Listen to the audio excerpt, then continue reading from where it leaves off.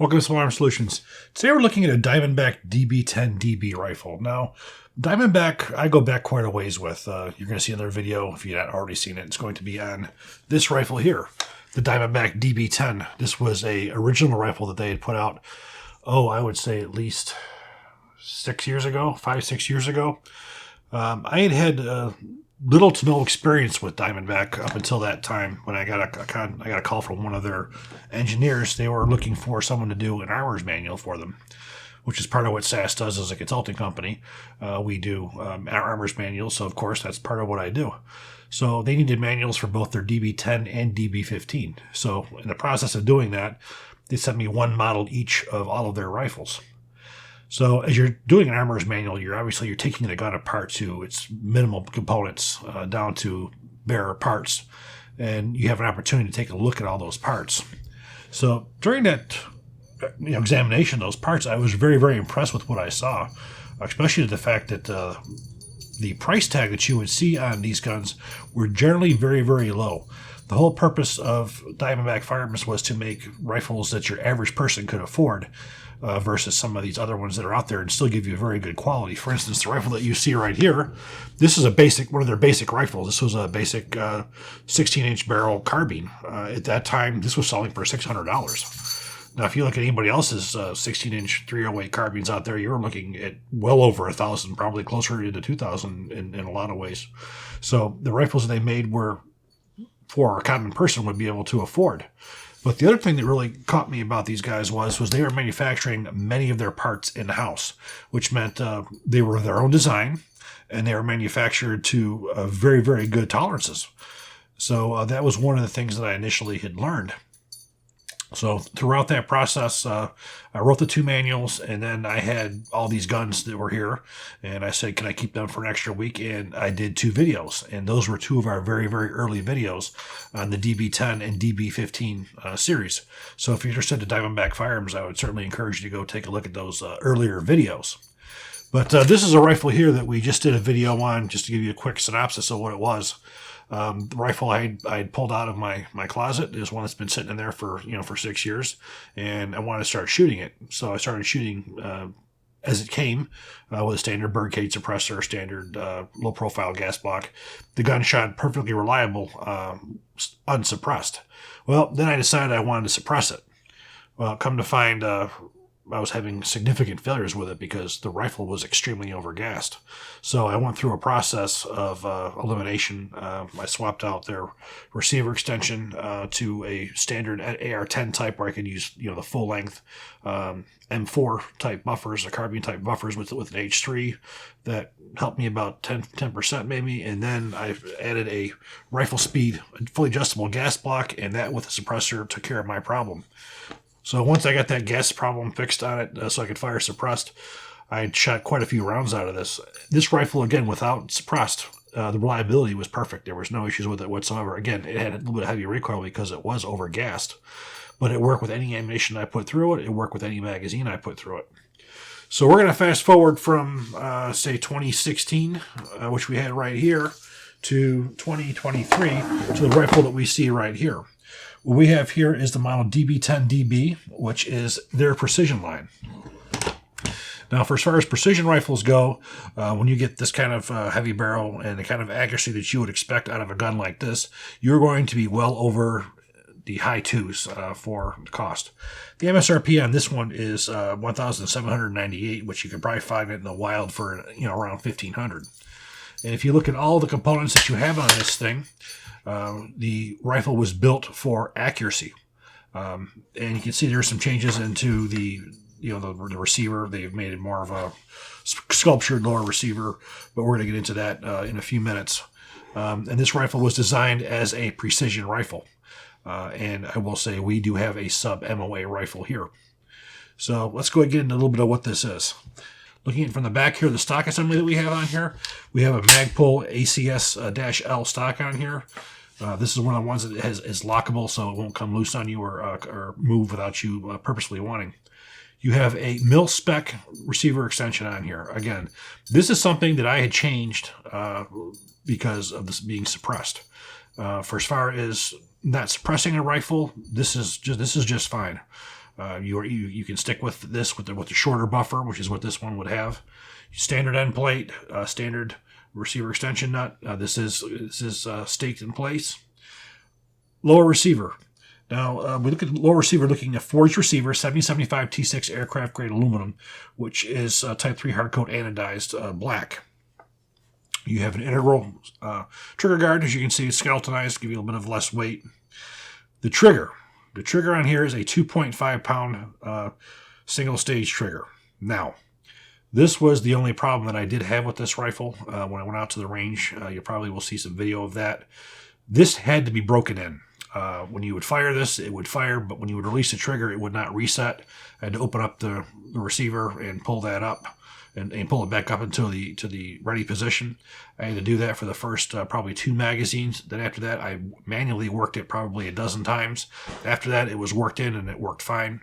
So this did take a little bit of breaking in this particular trigger. The pistol grip was the Magpul Mo K2 Plus grip. I prefer the Magpul Myad. This is very. It certainly is nice, but just for my hand as a personal preference, I prefer the Magpul Myad. Take a look at the left-hand side here. As you can see, the bolt catch is the same, standard ping pong paddle, standard mil-spec style safety.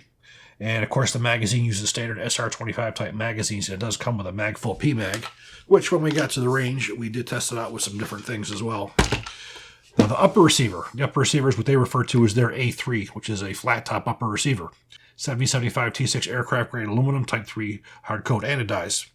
Now, the pattern that they use here is the Armalite SR25 type pattern, not the DPMS.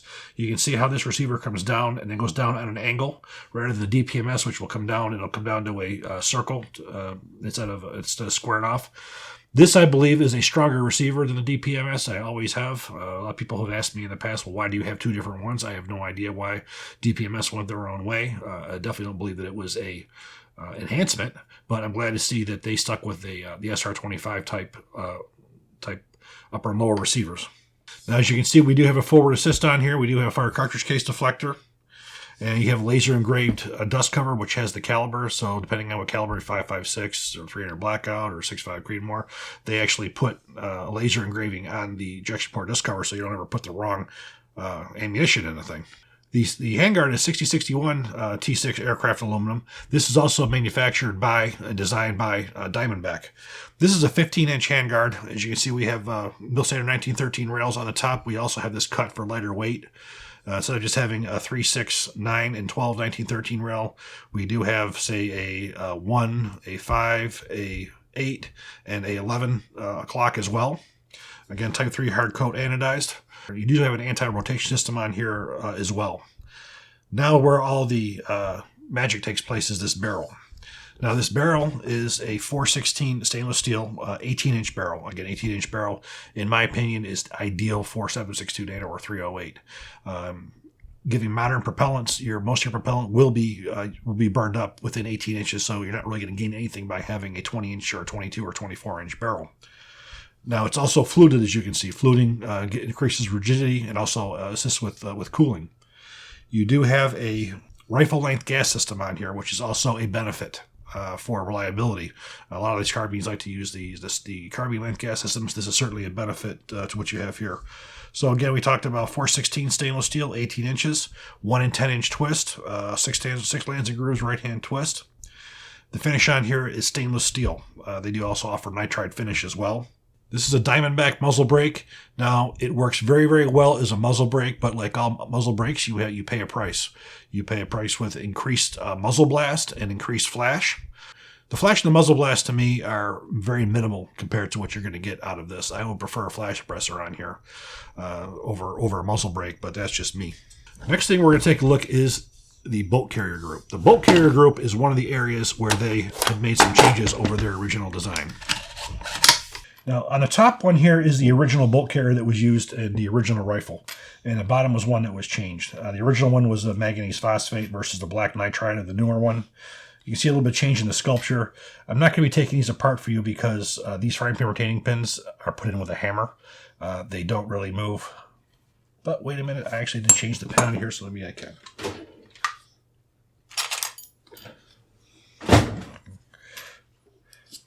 So as we see, we have the difference in the finish. We have manganese phosphate versus nitride, what they're using now. So we're going to take these apart because there's some things that are in the inside which make a big difference.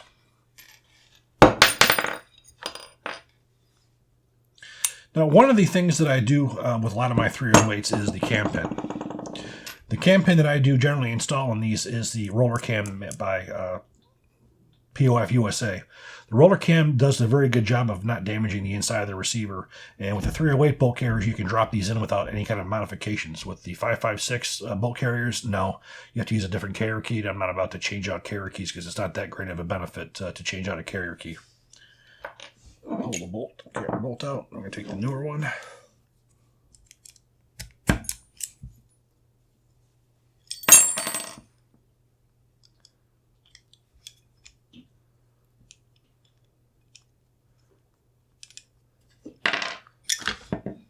Now, looking at the two bolts, they look very, very similar, but there's one very, very big difference. If you look at the bolt here on my right, the early bolt only has one ejector, and you can see it has a rounded profile to it as well. If you look at the newer bolt, you see two ejectors. This was done for a couple reasons. One, overgas guns. This is necessary to get those cartridge cases out of there a lot quicker.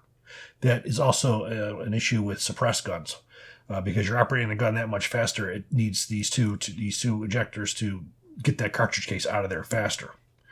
Now, these are both 8620 steel. They're both shot peened, but the main benefit to this one is this going to be a major reliability enhancement. Now, these also do use a very, very heavy-duty frame pin retaining pin, so hopefully I'm not going to have too much of a problem getting it back in.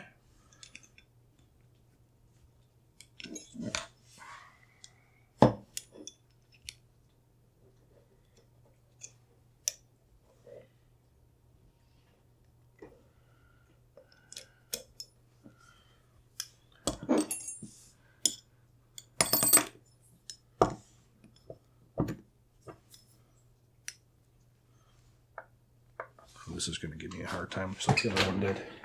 And damn it, I'm going to take it apart.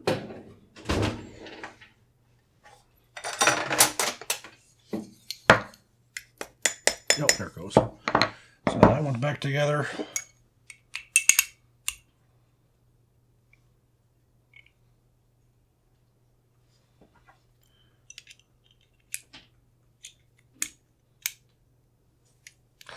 And that one's back together. Now, the reason you didn't see me pull this bolt carrier out of this rifle was this was one of the enhancements that I used for the suppressor use, was their new bolt carrier. So they had sent me one of their new bolt carriers to deal with those issues. So that was the basics of the bolt carrier. Now, this is a match rifle, so it's not light, with no scope and nothing else on it. You're looking at a weight of 8.96 pounds with the overall length of 37 and a quarter closed to 40 3/4 with an extended, and you have a 6-position receiver extension. So looking at something else I put on here for accuracy, we put on a scope. This is a Vortex. This is one of their razors. This is a 10 to 24 to 50, which is one of their match grade scopes.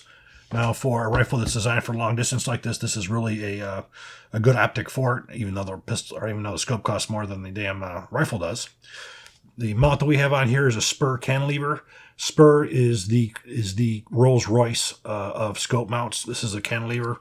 We also have a rail up here if you want to put on a red dot for close quarter, for so you have something that was very, very close up. But those are the two things that I had put on this. I added to this. So I think what we're going to do now is we're going to take this to the range. We're going to see how it shoots.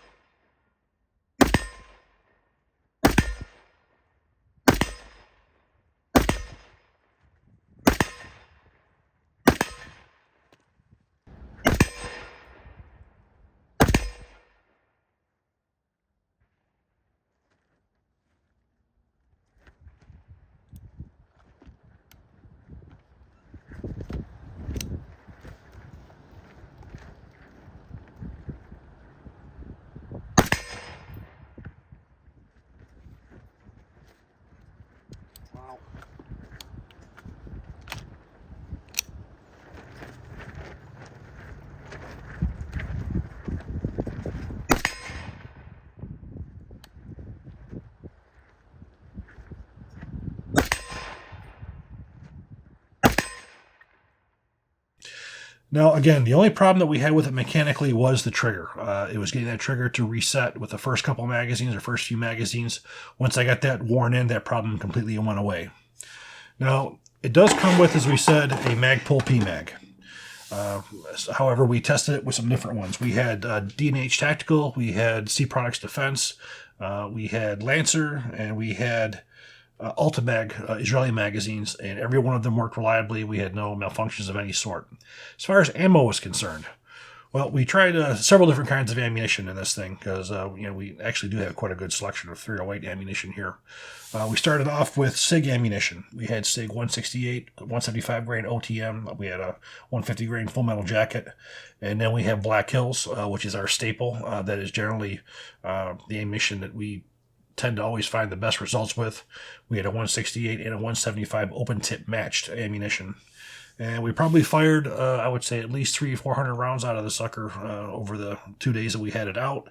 Best group that we got was what you would expect. It was sub-MOE 0.82 inches at 100 yards. Now, for me, I'm not a match grade shooter, so for me, that's really, really good. So we shot that, and most of it we shot at our steel targets. Again, the steel targets we shot at were challenge targets. They're a hell of a lot more fun than shooting at paper targets. So if any of you guys are interested in using steel targets, I would encourage you to go to their webpage. We have a code to save you 10% on all of their steel targets. Just use it's code SAS. That will give you 10% off of any of their targets. So overall, the impression was very, very good. With a little bit of a snag we had with the trigger wearing in, which that happens. I've had a lot of rifles that are very high-end manufacturers that I've had to fire 2 magazines in to get a carbon seal on the gas block before it started reliably functioning. So it's not that it was a defective trigger; it was just the fact that it needed to wear in. So I certainly wouldn't hold that against it. Also, for you guys who are going to be cleaning your guns, I would recommend the Oris cleaning kits for these too. Do this being a internal piston, they have an MSR AR kit in 7.62, which would be ideal for a gun like this. It even has one of the bone tools to clean the back of the bolt. So overall, if you guys are looking for a not too expensive match grade rifle to get match grade performance, Diamondback is a place to look at. Their quality is significantly higher than most, but they still manage to keep their prices down, so you're not going to go out and spend $2,000-$3,000 for a gun like this. So I do hope you guys enjoyed this video. If you do, please click like, please subscribe, and even better, share. Thank you.